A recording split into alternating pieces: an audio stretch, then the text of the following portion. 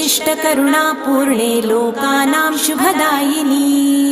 श्रीपद्ममध्यवसिते वरपद्मनेत्रे श्रीपद्महस्तचिरपूजितपद्मपादे श्रीपद्मजातजननी शुभपद्मवक्त्रे श्रीलक्ष्मी भक्तवरदे तव सुप्रभातम् जाम्बूनदाभसमकान्ति विराजमाने तेजोस्वरूपिणी सुवर्णविभूषिताङ्गी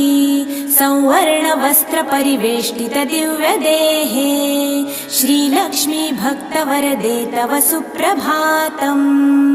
सर्वार्थसिद्धिदे विष्णुमनोनुकूले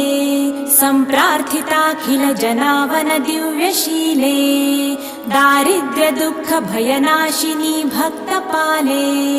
श्रीलक्ष्मी भक्तवरदे तव सुप्रभातम् चन्द्रानुज